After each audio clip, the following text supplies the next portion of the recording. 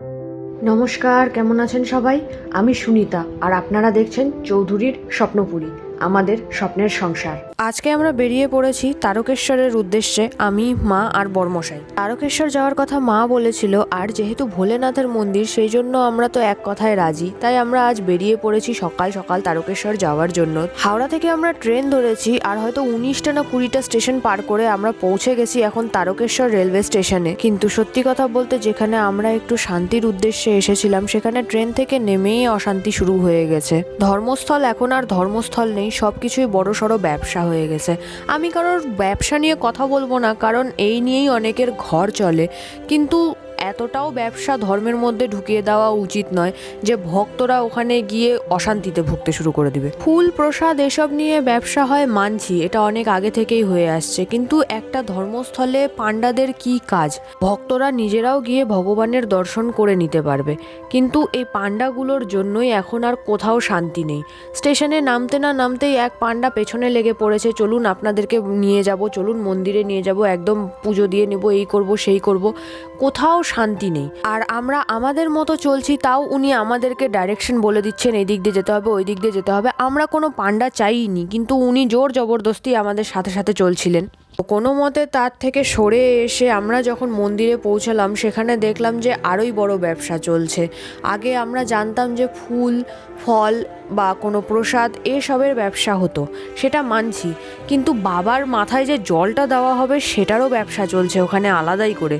আর যেহেতু আমরা পূর্ণিমার দিন গেছি, তাই বাবার দর্শন তো পেলামই না, উল্টে সেখানে গিয়ে দেখছি সবার আলাদা আলাদাই টাকা ফিক্সড করে রাখা। সেখানেই যাও সেখানেই টাকা, তাও আবার ফিক্সড, মানে ভক্তরা নিজের মন পছন্দ নিজের মন থেকে কিছু দেবে সেটাও পর্যন্ত পারবে না। এক প্রকারে যেন জোর জবরদস্তি তাদের কাছ থেকে টাকা আদায় করা হচ্ছে।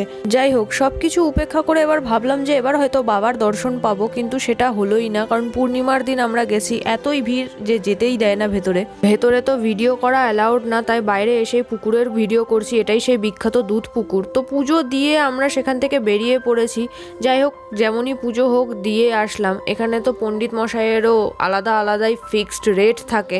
এটা দ্বিতীয়বার আমার সাথে হলো যে আমি কোনো ধর্মস্থলে গিয়ে শান্তি পাইনি। ঠিক এমনটাই আমার মনে হয়েছিল যখন আমরা তারাপীঠ গেছিলাম, ওখানেও প্রায় একই ব্যাপার।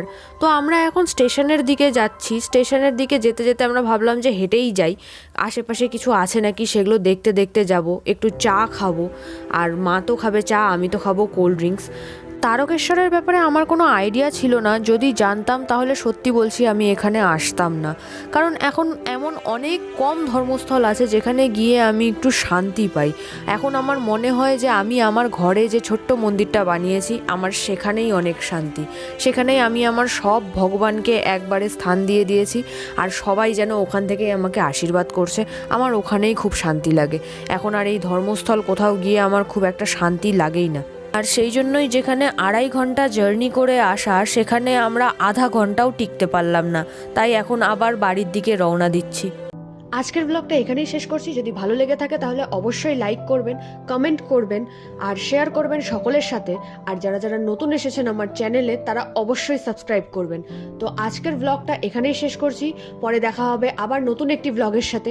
ততক্ষণের জন্য টাটা।